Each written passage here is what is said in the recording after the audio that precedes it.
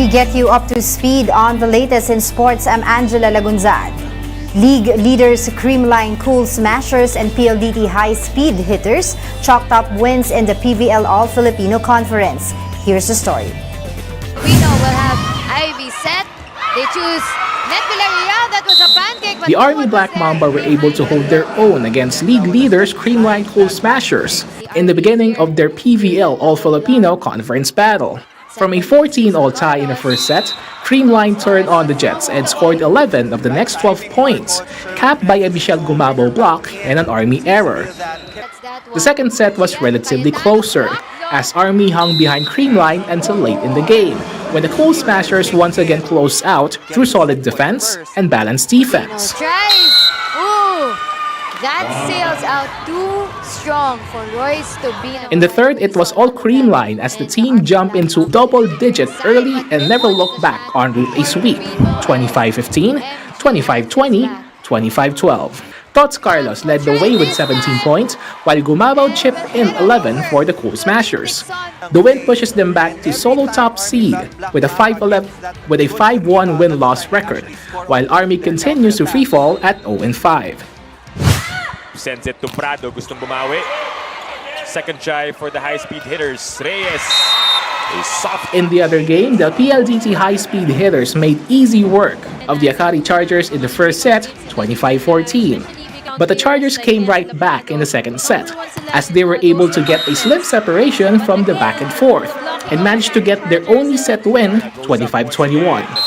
However, PLDT proved to be the better club at that game, as they took over the third and fourth sets easily. Cobb. Upset. Din. The power on that spike. Paving the way to a win, 25-14, 21-25, 25-12, 25-15. Three PLDT players scored double figures, led by 14 points from Michelle Morente. The victory ties PLDT with the F2 Logistics Cargo Movers for second place in the standings at 4-1. Akari meanwhile is on the other end of the spectrum with a 1-4 slate. PVL action resumes tomorrow, Thursday, with the Chocomucho Flying Titans taking on the Signal HD Spikers at 4 p.m., while the Petrogas Angels will play F2 Logistics at 6:30 p.m. For News 5, Paul Samarita, we are One News. Every spot in Gilas Pilipinas' final 12-man lineup for the 2023 FIBA World Cup remains up for grabs, even the naturalized player slot. That's according to head coach and program director Chot Reyes himself. Reyes says that there's no player at the moment who's going to be a lock in the final 12 for the World Cup. Justin Brownlee's 41-point performance against Jordan raises questions on who should be the naturalized player between him and NBA guard Jordan Clarkson. But Coach Chot doesn't see this as a dilemma, but rather a luxury of options, as center Ange Kwame is also on deck as a possible pick. The Philippines is one of the three co-hosts of the World Cup, which will begin in August. The Philippine team took home 5 medals from the 14th Asian Lawn Bowls Championships in Ipoh, Malaysia. The pair of Rodel Labayo and Elmer Abatayo won gold in the men's pairs event, while the trio of Ronald Lissing, Leoncio Carrion Jr. and Homer Mercado also won the top spot in men's triples. Marisa Baronda and Rosita Bradbourne completed the gold hat trick for Team Philippines in the women's pairs division.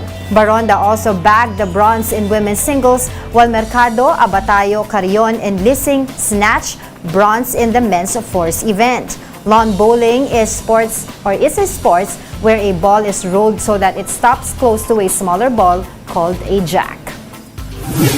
More sports stories still ahead after this quick break. Keep it here on One News.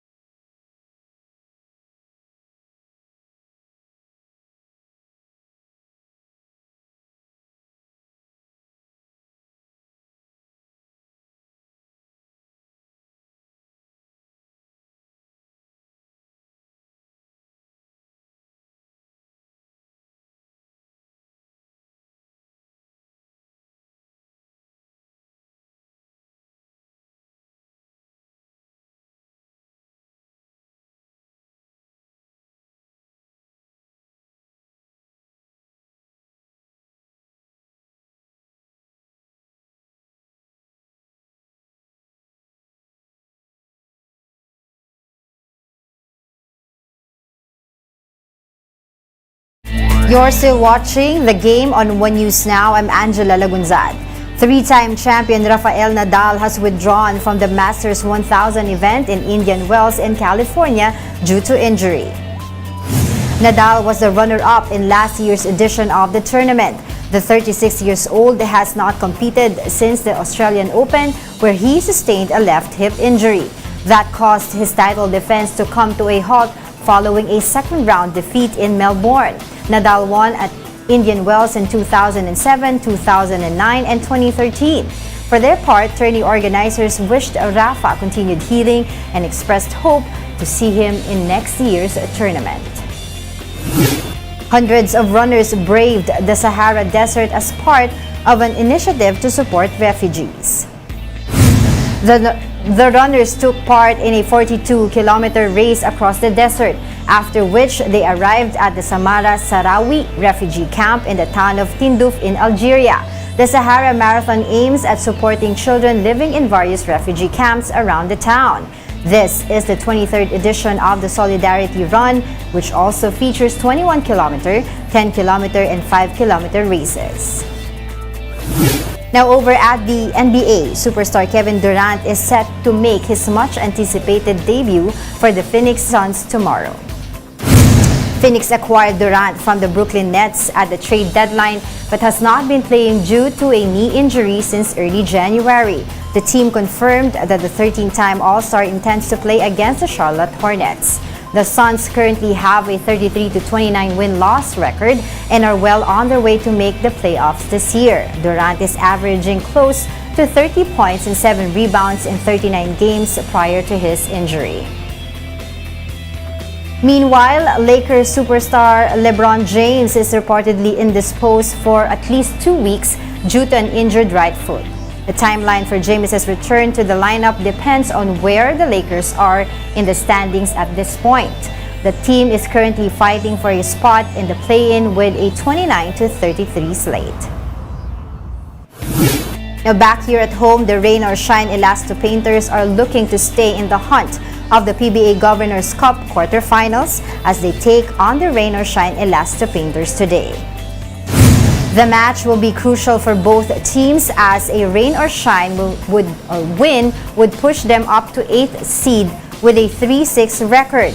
But Phoenix is riding a short 2-game winning streak and is also looking to have a clearer shot at securing their place in the quarters. Meanwhile, the Barangay Ginebra Gin Kings are just playing their 7th game of the conference when they face off against the Meralco Balls. On the other hand, the Balls will enter into its 3rd game in a week.